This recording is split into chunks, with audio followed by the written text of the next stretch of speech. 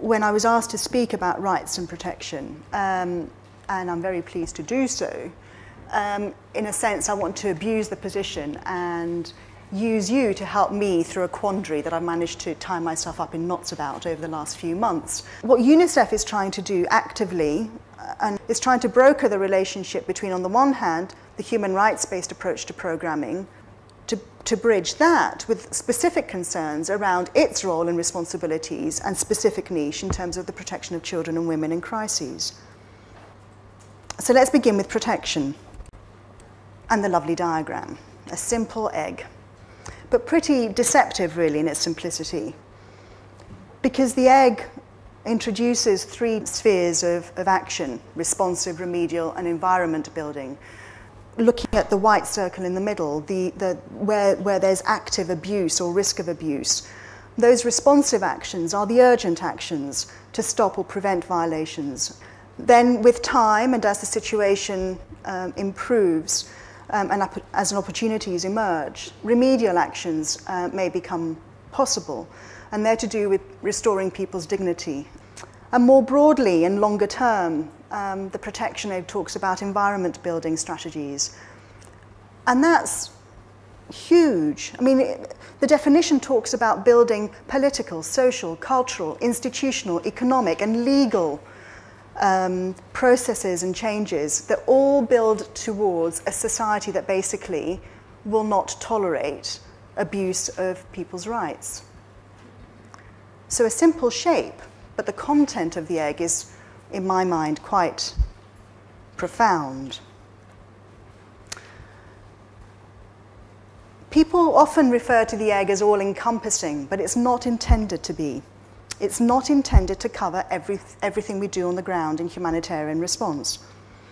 And the Interagency Standing Committee argues that it cannot be assumed that humanitarian programs always consciously aim to prevent or stop violations of international humanitarian, human rights, or refugee law, or to seek to assist people in achieving those rights. Programs may not be strategically designed to enhance the protection of civilians. And hence we end up with co-location of protection with assistance. Protection is intended to complement humanitarian assistance, where assistance is not explicitly concerned with preventing or halting human rights violations. Two sides of the same coin, so we're told. So while all this was happening on the protection side with ICRC and later with the Interagency Standing Committee through the 90s, at the same time the UN was going through its own confabulations around UN reform and debates about the role of the United Nations system and rethinking through the relevance of the Charter and the Universal Declaration of Human Rights. So what? What does all this mean in terms of the UN in the 21st century? Well, there was substantive progress, and it's referred to as the Common Understanding, and it's largely a UN resource, but it led to the beginnings of an agreement between very different UN agencies with different mandates, who are all struggling with this UN reform agenda around human rights. What does it mean for us? And the Common Understanding basically highlights that all programs, and it is very much caged in terms of development cooperation, granted, but it does say all programs should further the realization of rights in all sectors and in all phases, hence the understanding that it does and should lead to a realization in humanitarian response. And that programs should actively seek to build the capacity of both rights holders to claim their rights and of duty bearers to fulfill their obligations. That, in essence, is the common understanding. So there are clear overlaps with protection. Both refer to all rights, both take a long-term view. But there are also several distinctions. Protection includes international humanitarian law alongside human rights and refugee law, whereas rights-based programming in terms of the common understanding refers to human rights instruments only.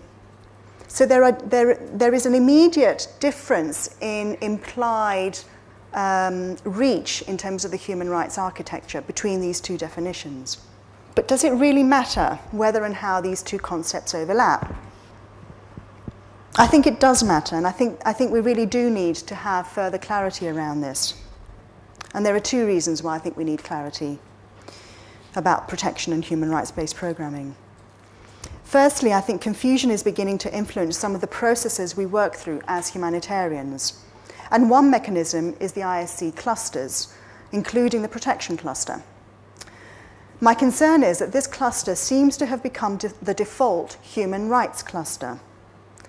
And I think this risks protection losing the specific focus on special measures required to halt or prevent patterns of abuse.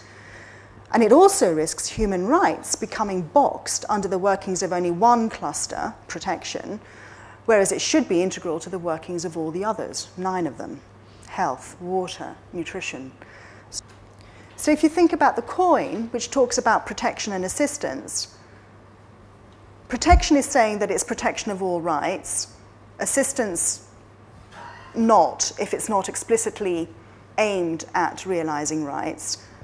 And at the same time, human rights-based programming is saying that that should influence both, and it's all-encompassing because it's to do with all rights.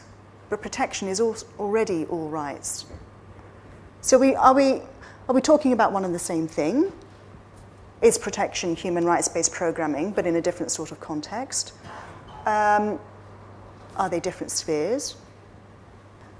Are we talking about a new egg? I don't know. Is this in any way resonating with any of your experiences and dilemmas on the ground? Would NGOs gain confidence and clarity of role with a clearer demarcation between protection and rights-based programming? Might defining protection and the associated skill set only in terms of the remedial actions referred to in the egg help increase the speed and quality of protection response, which was found lacking in Darfur, for example, early on?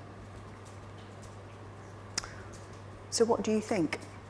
Is this something that would actually help operations and strategic priorities, or is this more blah blah?